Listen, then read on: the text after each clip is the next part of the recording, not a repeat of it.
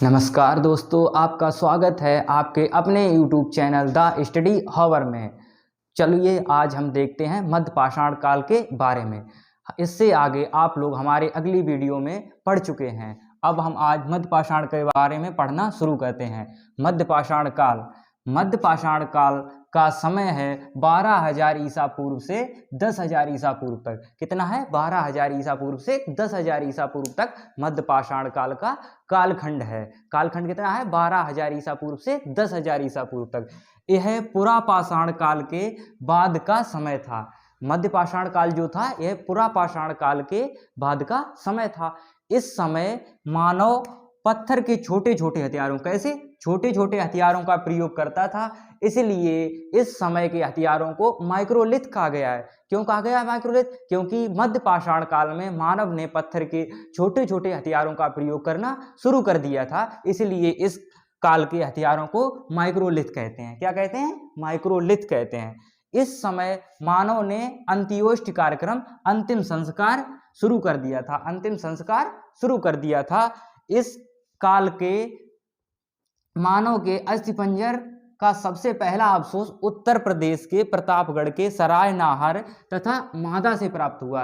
इस समय के मानव का सर्वप्रथम पहला अवशेष, अस्थिपंजर का पहला अवशेष कहाँ से प्राप्त हुआ? सराय नाहर तथा मादा से। ये कहाँ पड़ता है? उत्तर प्रदेश के प्रतापगढ़ में सराय नाहर के मादा से प्राप्त हुआ है। नोट: इस काल के बारे में सर्वप्रथम जानकारी 1867 में करसाइल ने दी थी। इस काल के बारे में सर्वप्रथम जानकारी किसने दी थी?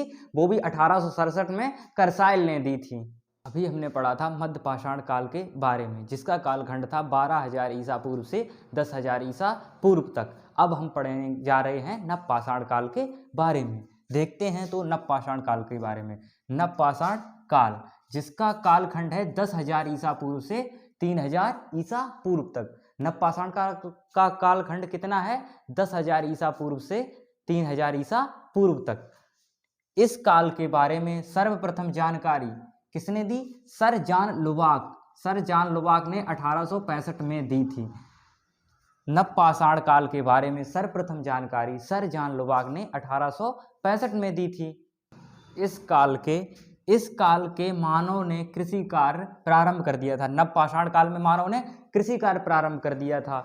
उसके साथ जब मानव कृषि कार्य प्रारंभ कर देगा तो उसको स्थायी आवास भी बनाने पड़ेंगे, क्योंकि कृषि कार्य करना प्रारंभ कर दिया, अब इधर उधर तो जा नहीं सकता है। इसलिए जब मानव ने कृषि कार्य प्रारंभ कर दिया और नव पाषाण काल में उसने स्थायी आवास भी बनाना शुरू कर दिया था। कृषि कार्य के साथ साथ स्थायी आवास भी कब बनाना प्रारंभ किया? नव पाषाण काल में। नव पाषाण काल में कृषि कार्य की भी शुरुआत नव पाषाण काल में, और स्थायी आवास के साथ साथ नव पाषाण काल में ही मानव ने पशुपालन की भी शुरुआत कर दी थी, जिसके साक्ष्य आदमगढ़ मध्य प्रदेश तथा बागौर राजस्थान से प्राप्त हुए हैं। कहाँ से पशुपालन के साक्ष्य कहाँ से प्राप्त हुए हैं? आदमगढ़ मध्य प्रदेश, बागौर राजस्थान से प्राप्त हुए हैं।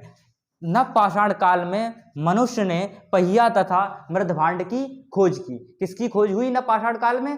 पहिया तथा मृदभांड की। पहिया की खोज कब हुई? नव पाषाण काल में। मृदभांड की खोज कब हुई? नव पाषाण काल में। नव पाषाण कालीन राख के टीले कहाँ प्राप्त हुए? नव पाषाण काल में राख के टीले कहाँ प्राप्त हुए? कर्नाटक के मैसूर के संगनकल्लू में राख के टीले प्राप्त हुए। इससे हमें पता चलता है कि नव पाषाण काल आते आते आग का प्रचुर मात्रा में प्रयोग करना मानव ने प्रारंभ कर दिया था। अब हम पढ़ेंगे कुछ महत्वपूर्ण स्थलों के बारे में, जो इस प्रकार हैं। मेहरगढ़ से कृषि के साक्ष्य मिले हैं। 7,000 ईसा पूर्व कृषि के साक्ष्य कहाँ से मिले हैं? मेहरगढ़ से मिले हैं। मेहरगढ़ पाकिस्तान के बलूचिस्तान प्रांत में स्थित है। मेहरगढ़ कहाँ स्थित है? पाकिस्तान के बलूचिस्तान प्रांत में स्थित है। यहाँ क्या कृषि की गई? गेहूं तथा जौ कृषि की गई। मानव द्वारा सर्वप्रथम क्या फसल की गई, उगाई गई? गेहूं तथा जौ, वो भी सुलेमान और किरथर पहाड़ियों के बीच। कहाँ उगाई गई? सुलेमान और किरथर पहाड़ियों के बीच में। दूसरा स्थल है बुरजहोम, ये कश्मीर में पड़ता है। कहाँ पड़ता है? कश्मीर में। यहाँ से गारताबास तथा मानव के साथ कुत्ते को दफनाने के साक्ष्य प्राप्त हुए हैं। कहाँ से प्राप्त हुए हैं कुत्ते को दफनाने के साक्ष्य मानव के साथ? गर्तावास और मानव के साथ कुत्ते को दफनाने के साक्ष्य कश्मीर से प्राप्त हुए हैं। गुपकराल, गुपकराल मृदभांड का पहला प्रमाण प्राप्त हुआ। कहां से? गुपकराल से मृदभांड का पहला प्रमाण प्राप्त हुआ है। कोल्डीवा, कोल्डीवा इलाहाबाद यूपी में स्थित है, उत्तर प्रदेश के इलाहाबाद में स्थित है। यहाँ से 6000 ईसा पूर्व चावल के साक्ष्य प्राप्त हुए हैं। स्थल है चिरान।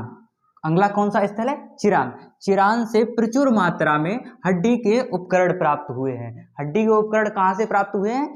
चिरान से। चिरान बिहार के सारण जिले में स्थित है। चिरान कहाँ स्थित है? बिहार के सारण जिले में स्थित है।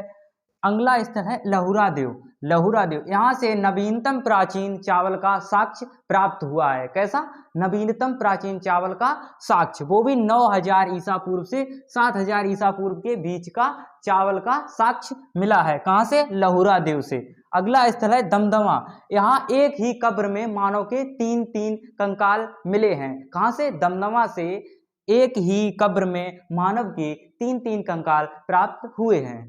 अब हम पढ़ेंगे ताम्र पाषाण काल के बारे में। ताम्र पाषाण काल, यह पाषाण काल का अंतिम समय था। इसी समय तांबे की खोज हुई थी। किसकी खोज हुई थी? तांबे की। इसी समय तांबे की खोज हुई थी, इसी कारण इसे ताम्र पाषाण काल कहते हैं। यह पाषाण काल का कैसा समय था? अंतिम समय था, और इसी समय तांबे की खोज हुई थी, इसी कारण इसे ताम्र पाषाण काल कहते हैं। नबदा टोली, नबदा टोली महत्वपूर्ण ताम्र पाषाणिक पुरा स्थल है। नबदा टोली क्या है? एक महत्वपूर्ण ताम्र पाषाणिक पुरा स्थल है, जो कि मध्य प्रदेश में स्थित है। कहाँ स्थित है? मध्य प्रदेश में।